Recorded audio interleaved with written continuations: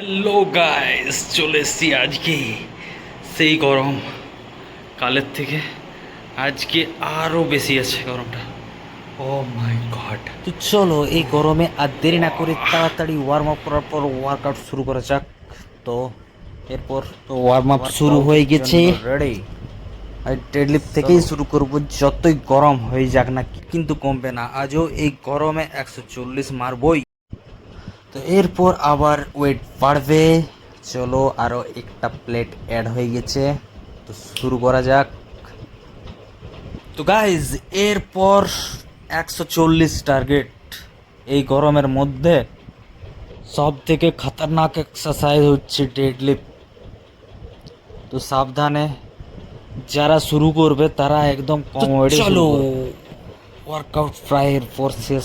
যতই গরম থাকুক আর যতই যা থাকুক, হেভি ওয়েট লিফট করবো তো করবোই, ডান।